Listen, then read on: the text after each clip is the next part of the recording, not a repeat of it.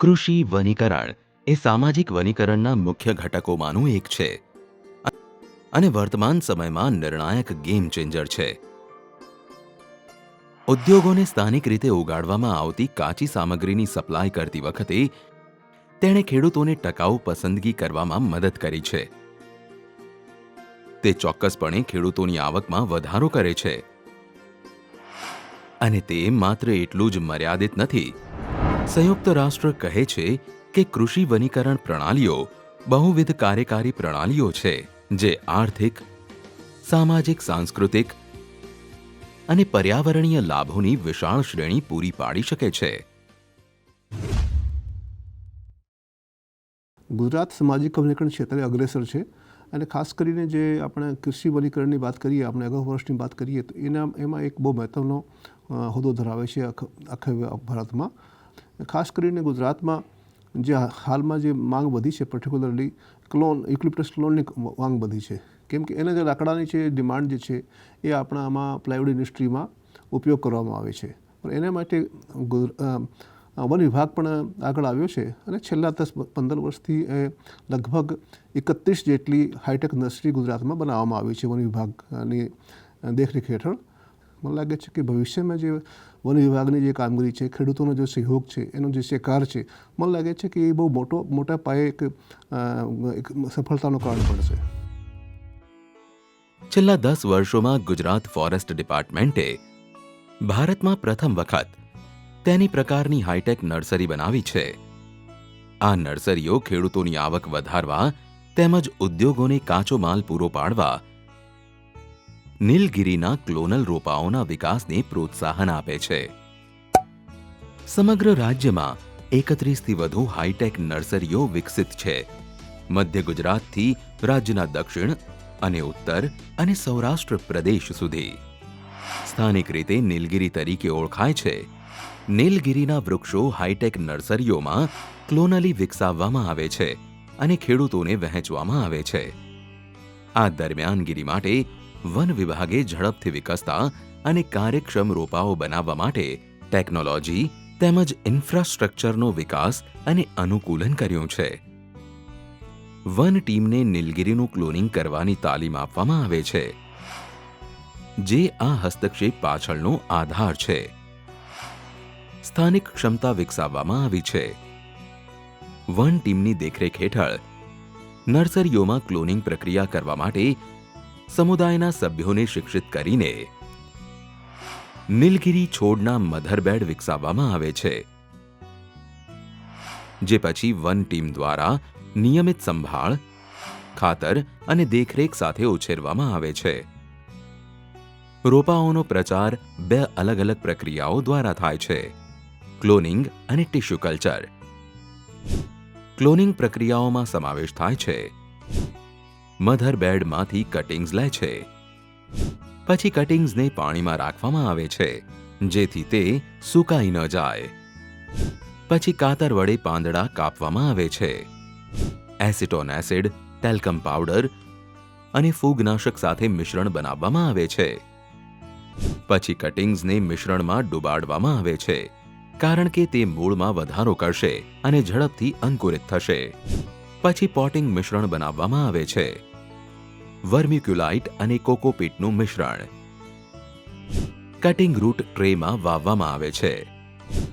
પછી તેને મિસ્ટ ચેમ્બરમાં લઈ જવામાં આવે છે અને ત્યાં 30 દિવસ સુધી રાખવામાં આવે છે.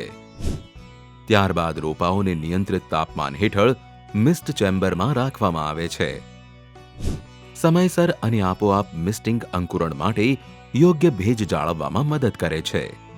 30 દિવસ પછી રોપાઓને સખ્તાઈ માટે net house, shed house, poly હાઉસમાં લઈ જવામાં આવે છે. રોપાઓ સીધા સૂર્યપ્રકાશથી સુરક્ષિત રહે છે અને પછી પાણીનું ચક્ર ઘટે છે. સખત થવામાં મદદ કરે છે. ટૂંક સમયમાં રોપાઓ ખેડૂતોમાં વહેંચવા માટે તૈયાર થઈ જશે. તે જ સમયે ટિશ્યુ કલ્ચર દ્વારા મુખ્યત્વે JK પેપર અને ITC ભદ્રાચલમની સંશોધન અને વિકાસ પ્રયોગશાળાઓ સાથે ભાગીદારીમાં રોપાઓ પણ વિકસાવવામાં આવે છે. ટિશ્યુ કલ્ચર પ્લાન્ટ્સ વિકસાવવાની વૈજ્ઞાનિક પ્રક્રિયામાં સમાવેશ થાય છે: વ્યંધીકરણ અને એક્સપ્લેન્ટ્સની ઇનોક્યુલેશન. શૂટની શરૂઆત 3 થી 4 અઠવાડિયા. અંકુરની પૂર્વ ગુણાકાર 3 થી 4 અઠવાડિયા. ગુણાકાર 2 ચક્ર 6 થી 8 અઠવાડિયા. ઇન વિટ્રો રૂટિંગ 3 થી 4 અઠવાડિયા. છોડની સખ્તાઈ 2 થી 3 અઠવાડિયા.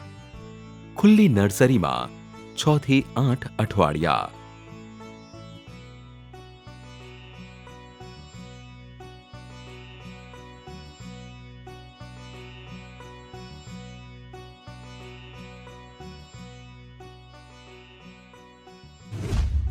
પછી અમે 2017માં રોપા લાવ્યા હતા પાંડવા નર્સરીમાંથી ફ્રીમાં, એનું રોપણ કર્યું અમે.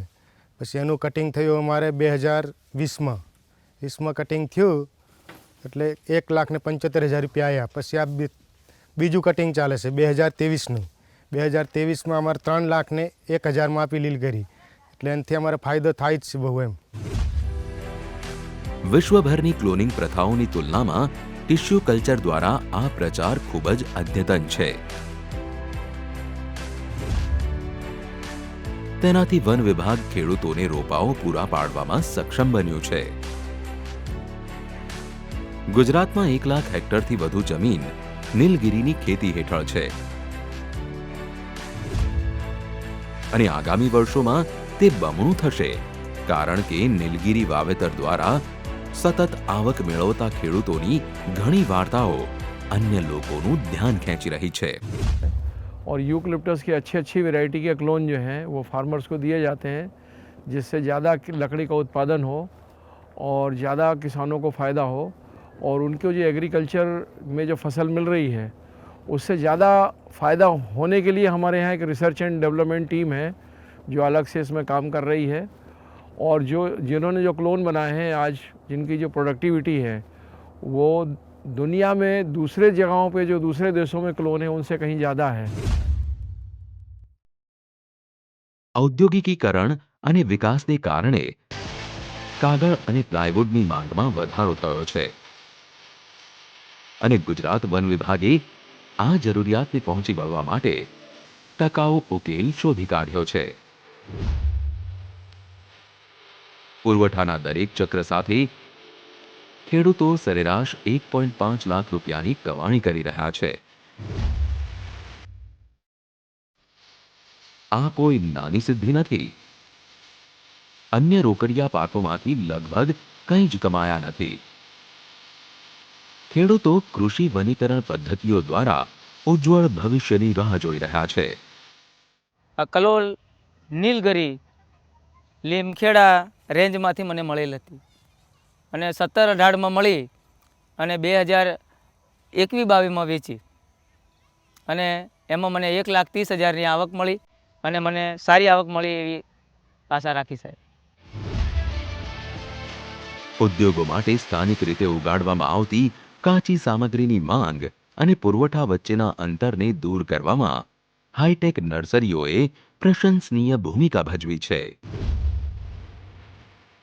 નીલગિરીના હેક્ટર વાવેતર ખરેખર કાર્બન સિંક તરીકે કામ કરે છે, જે પ્રદૂષણને નોંધપાત્ર અંશે ઘટાડે છે। ખેડૂતો, ઉદ્યોગો અને પર્યાવરણ સંરક્ષણ માટે એક ટકાઉ માર્ગ શોધી કાઢવામાં આવ્યો છે।